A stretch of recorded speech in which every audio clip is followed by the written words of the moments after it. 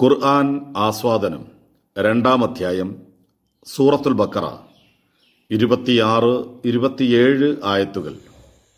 ഇന്നല്ലാഹ ലാ യസ്തഹീ അൻ യദ്രിബ മസലൻ മാ ബഅൂദതൻ ഫമാ ഫൗഖഹാ فأما الذين آمنوا فيعلمون أنه الحق من ربهم وأما الذين كفروا فيقولون ماذا أراد الله بهذا مثلا يضل به كثيرا ويهدي به كثيرا وما يضل به إلا الفاسقين.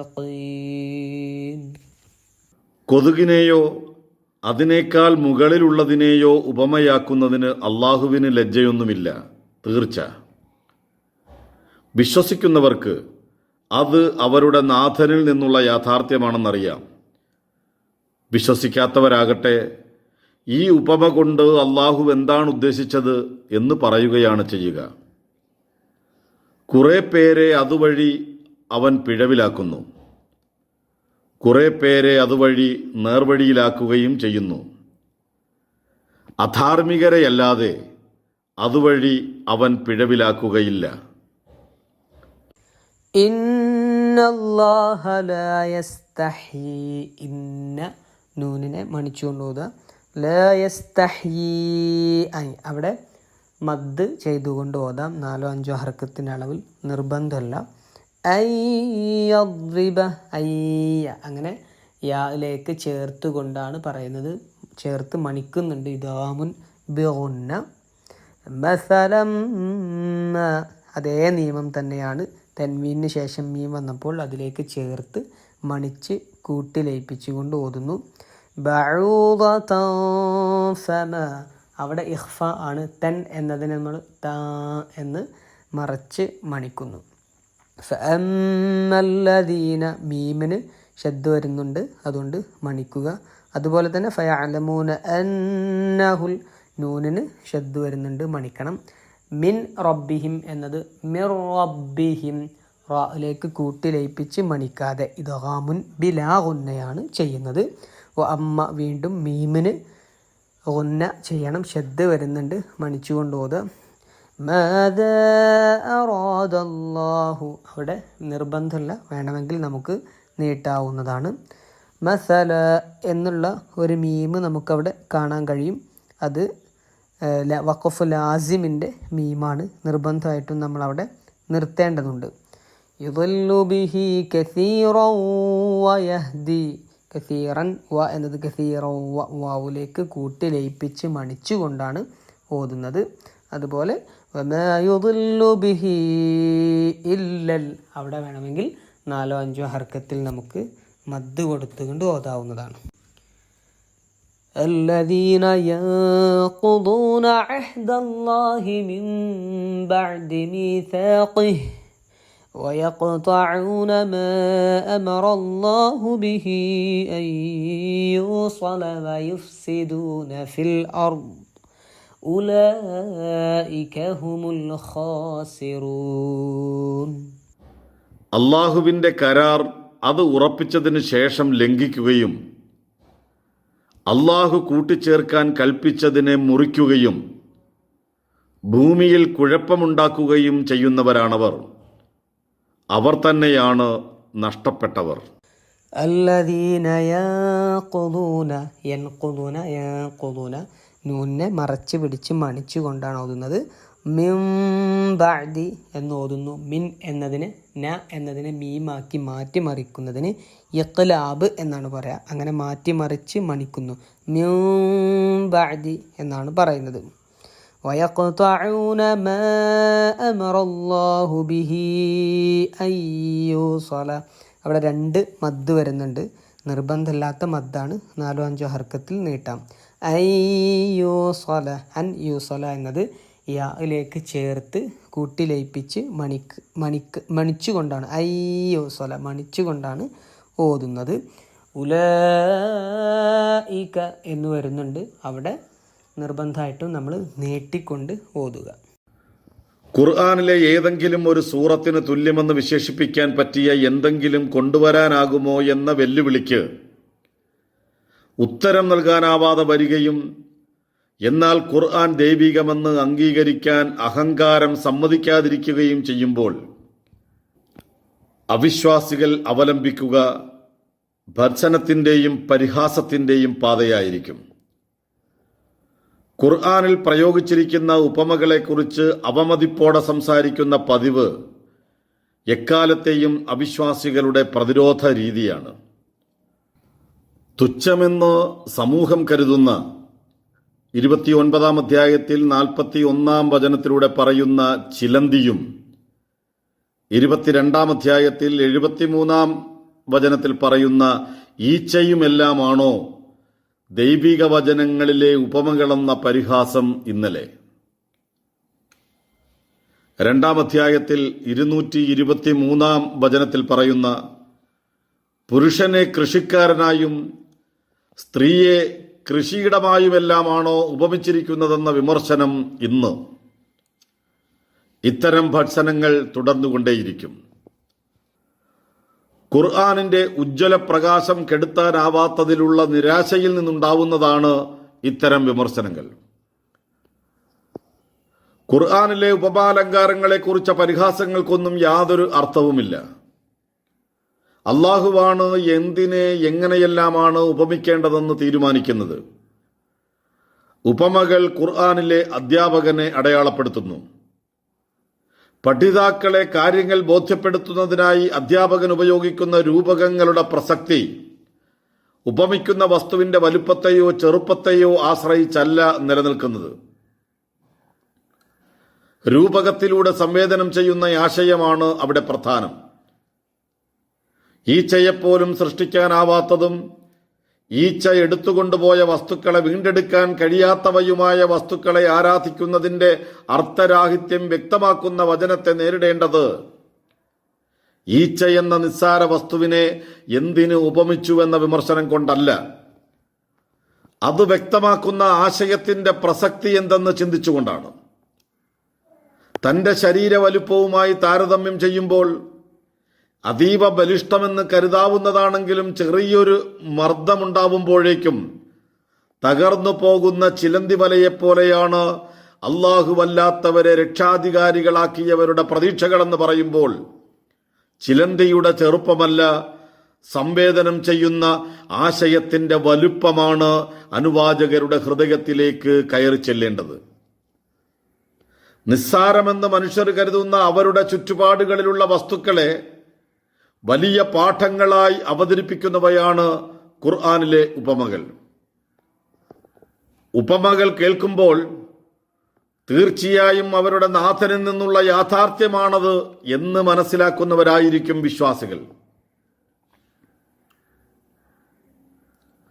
സത്യം, യാഥാർത്ഥ്യം, ഉദ്ദേശ്യം, ലക്ഷ്യം, അവകാശം എന്നീ അർത്ഥങ്ങളിലെല്ലാം പ്രയോഗിക്കപ്പെടുന്ന പദമാണ് ഹക്ക്. ഉപമകൾ കേൾക്കുമ്പോൾ അതിലെ യാഥാർത്ഥ്യം എന്താണെന്ന് യഥാരൂപത്തിൽ മനസ്സിലാവുക നിഷ്കളങ്കരായ വിശ്വാസികൾക്കാണ്. എന്തിനാണ് അള്ളാഹു പ്രത്യേകമായ ഉപമകൾ ഉപയോഗിച്ചതെന്ന് കൃത്യമായി അറിയില്ലെങ്കിൽ പോലും അതിൽ അള്ളാഹുവിന് കൃത്യമായ ഉദ്ദേശവും അവന്റെ വലിയ യുക്തിയും ഉണ്ടാവുമെന്ന് മനസ്സിലാക്കാൻ വിശ്വാസികൾക്ക് കഴിയും. ഉപമാലങ്കാരങ്ങളുടെ ഉദ്ദേശവും ലക്ഷ്യവുമെല്ലാം കൃത്യമായി മനസ്സിലാക്കുവാൻ തുറന്ന ഹൃദയവും സമർപ്പിതമായ മനസ്സുമുണ്ടാവണം. അതുള്ളതുകൊണ്ടാണ് വിശ്വാസികൾക്ക് ഓരോ ഉപമയും അവരുടെ വിശ്വാസ വർധനവിനുള്ള കാരണമായി തീരുന്നത്.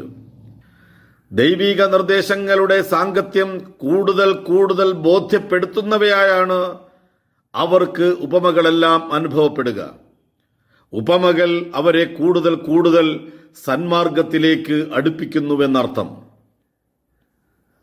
ദൈവിക നിർദ്ദേശങ്ങൾക്ക് സമർപ്പിതമായ മനസ്സില്ലാത്തവർക്ക് ഉപമകളെല്ലാം തമാശകളായാണ് അനുഭവപ്പെടുക. ഈച്ച, ചിലന്തി, നിസ്സാരമായ ജീവികൾ ഇവയെയെല്ലാം ഉപമിക്കുമ്പോൾ അള്ളാഹു എന്താണ് ഉദ്ദേശിച്ചത് എന്ന് ആശ്ചര്യപൂർവം പരിഹസിക്കുകയാണ് അവിശ്വാസികൾ ചെയ്യുക. ഈ പരിഹാസം വഴി യഥാർത്ഥത്തിൽ അവർ വഴികേടിലാവുകയാണ് ചെയ്യുന്നത്. അള്ളാഹുവിന്റെ വചനങ്ങളിലുള്ള ഉപമകളെ പരിഹസിക്കുന്നത് വഴി സ്വതവേ വഴികേടിലായ അവർ കൂടുതൽ വഴികേടിലേക്ക് ആപതിക്കുന്നു. അള്ളാഹുവിന്റെ ഉപമകളാണ് അവർ വഴികേടിലേക്ക് ആപതിക്കാൻ കാരണമെന്ന് പറയാം. അതെ, അള്ളാഹുവാണ് അവരെ വഴികേടിലാക്കുന്നത്.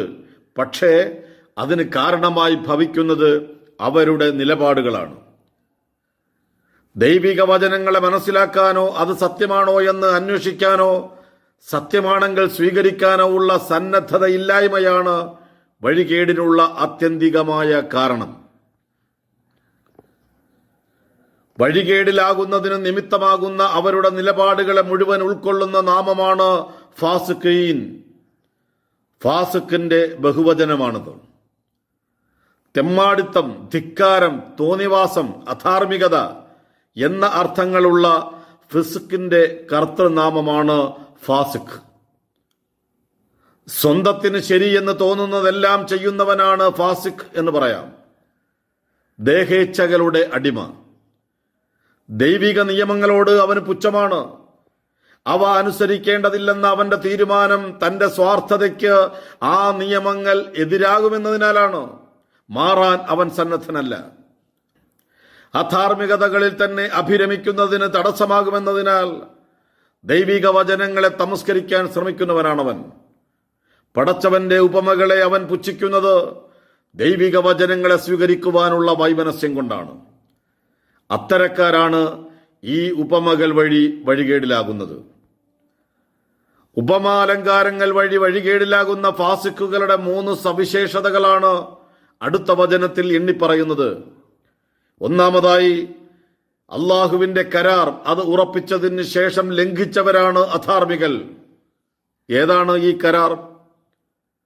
ആദം സന്തതികളുടെ മുതുകുകളിൽ നിന്ന് അവരുടെ സന്താനങ്ങളെ പുറത്തു കൊണ്ടുവരികയും ഞാൻ നിങ്ങളുടെ റബ്ബല്ലേ എന്ന അള്ളാഹുവിന്റെ ചോദ്യത്തിന് അതെ ഞങ്ങൾ സാക്ഷ്യം വഹിച്ചിരിക്കുന്നു എന്ന് മുഴുവൻ മനുഷ്യാത്മാക്കളും പ്രഖ്യാപിക്കുകയും ചെയ്തതായി സൂറത്തുൽ അറാഫിലെ 172 വചനത്തിൽ കാണാം.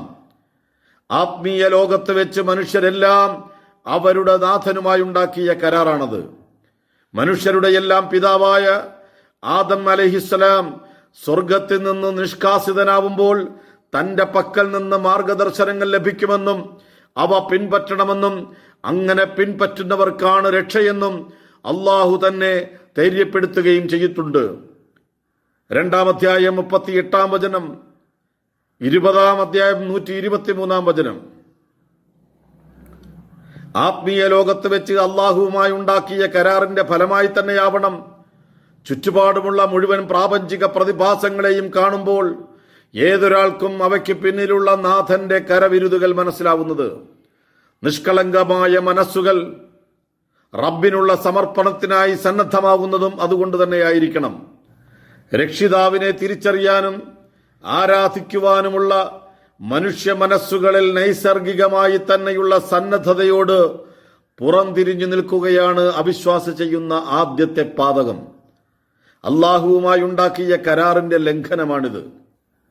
അവനെ അധർമ്മകാരിയാക്കുന്ന ഒന്നാമത്തെ സവിശേഷതയും അതുതന്നെ. അള്ളാഹു കൂട്ടിച്ചേർക്കാൻ കൽപ്പിച്ചതിനെ മുറിക്കുന്നവരെന്നതാണ് അധർമ്മകാരികളുടെ 2-ാമത്തെ സവിശേഷത. അള്ളാഹുവുമായി ഉണ്ടാക്കിയ കരാർ ലംഘിക്കുക എന്ന പാതകത്തിന് ശേഷം അവിശ്വാസികൾ ചെയ്യുന്ന തെറ്റ് മനുഷ്യരോടുണ്ടാവേണ്ട ബന്ധങ്ങൾ മുറിക്കുന്നുവെന്നതാണ്. കുടുംബ ബന്ധം, അയൽപക്ക ബന്ധം, സാമൂഹ്യ ബന്ധം, സാമുദായിക ബന്ധം, മാനുഷിക ബന്ധം എന്നിങ്ങനെയുള്ള വ്യത്യസ്ത തരം ബന്ധങ്ങളെല്ലാം പാലിക്കണമെന്നത് ദൈവികമായ കൽപ്പനയാണ്. കുടുംബ ബന്ധങ്ങൾ തകരാതെ സൂക്ഷിക്കണമെന്ന് ഖുർആൻ പറയുന്നത് പടച്ചവനെ സൂക്ഷിച്ച് ജീവിക്കണമെന്ന് പറഞ്ഞ ഉടനെയാണ്. 4-ാം അധ്യായത്തിൽ 1-ാം വാചകം. കുടുംബ ബന്ധം മുറിക്കുന്നവൻ സ്വർഗത്തിൽ കടക്കുകയില്ല എന്ന് നബി സല്ലല്ലാഹു അലൈഹി വസല്ലം പറഞ്ഞതായി ജുബൈർ ബിനു മുതഇമിൽ റളിയല്ലാഹു അൻഹുവിൽ നിന്ന് ബുഖാരിയും മുസ്ലിമും നിവേദനം ചെയ്യുന്നുണ്ട്. അടുത്തും അകലെയുമുള്ള അയൽക്കാരോട് നന്മ ചെയ്യണമെന്ന് ഖുർആൻ കൽപ്പിക്കുന്നു. 4-ാം അധ്യായം 36-ാം വചനം.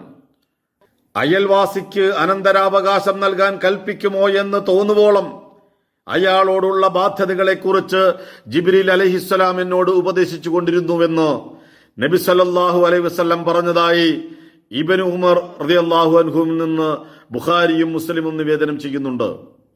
മാതാപിതാക്കൾ മുതൽ മക്കൾ വരെയും അയൽവാസി മുതൽ സമൂഹത്തിലെ ഓരോരുത്തർ വരെയുമുള്ള എല്ലാവരുമായും എങ്ങനെയുള്ള ബന്ധങ്ങളാണ് ഉണ്ടാവേണ്ടതെന്നും അവർക്കെല്ലാമുള്ള ബാധ്യതകളും അവകാശങ്ങളും എന്തൊക്കെയാണെന്നും കൃത്യമായി പഠിപ്പിക്കപ്പെട്ടിട്ടുണ്ട്.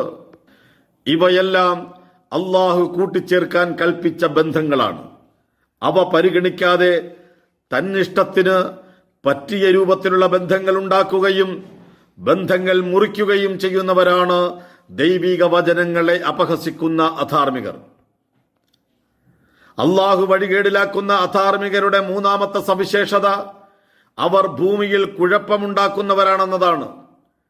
കപടവിശ്വാസികളെക്കുറിച്ച് പ്രതിപാദിച്ചപ്പോൾ അവർ തന്നെയാണ് നാട്ടിൽ കുഴപ്പമുണ്ടാക്കുന്നതെന്ന് 12-ാമത്തെ ആയത്തിൽ പറഞ്ഞിരുന്നു. മദീന രാജ്യത്ത് മുനാഫിക്കുകൾ ഉണ്ടാക്കിയ കുഴപ്പം മുസ്ലിങ്ങൾക്കിടയിൽ ഛിദ്രതയും വെറുപ്പുമുണ്ടാക്കാൻ ശ്രമിക്കുകയും ശത്രുക്കളോടൊപ്പം ചേർന്ന് നാടിനെ തകർക്കാൻ ശ്രമിക്കുകയും ചെയ്തതായിരുന്നു. ദൈവിക വചനങ്ങളെ പരിഹസിക്കുകയും നാഥന് കീഴൊതുങ്ങാതെ ജീവിക്കുകയും കുടുംബ ബന്ധങ്ങൾ മുറിക്കുകയും എല്ലാം ചെയ്യുന്നത് വലിയ കുഴപ്പമാണ്. ദൈവിക വചനങ്ങളിൽ നിന്ന് മറ്റുള്ളവരെ കൂടി അകറ്റാൻ ശ്രമിക്കുക വഴി അധാർമികത വളരാനും നാട്ടിലെ സമാധാനാന്തരീക്ഷം തകർക്കാനും കൂട്ടുനിൽക്കുക കൂടിയാണ് അത്തരക്കാർ ചെയ്യുന്നത്. അത്തരക്കാരെ കൊണ്ടാണ് യഥാർത്ഥത്തിൽ കുഴപ്പങ്ങൾ ഉണ്ടാവുന്നത്. അവർ കരുതുന്നത് തങ്ങളെ ദുർബോധനങ്ങൾ വഴി ഉണ്ടാവുന്ന കുഴപ്പങ്ങൾ വഴി അവർക്ക് നേട്ടമുണ്ടാക്കാൻ കഴിയുമെന്നാണ്. എന്നാൽ അവരാണ് യഥാർത്ഥത്തിൽ നഷ്ടപ്പെട്ടവർ. അധാർമിക ജീവിതം വഴി ഈ ലോകത്ത് അവർക്ക് സമാധാന ജീവിതം നഷ്ടപ്പെടുന്നു. മരണത്തിന് ശേഷമാവട്ടെ ദൈവകാരുണ്യത്തിന്റെ പൂർണ്ണ പ്രകാശനം നടക്കുന്ന സ്വർഗം അവർക്ക് നഷ്ടപ്പെടുന്നു. അതാണ് നഷ്ടം, യഥാർത്ഥത്തിലുള്ള നഷ്ടം.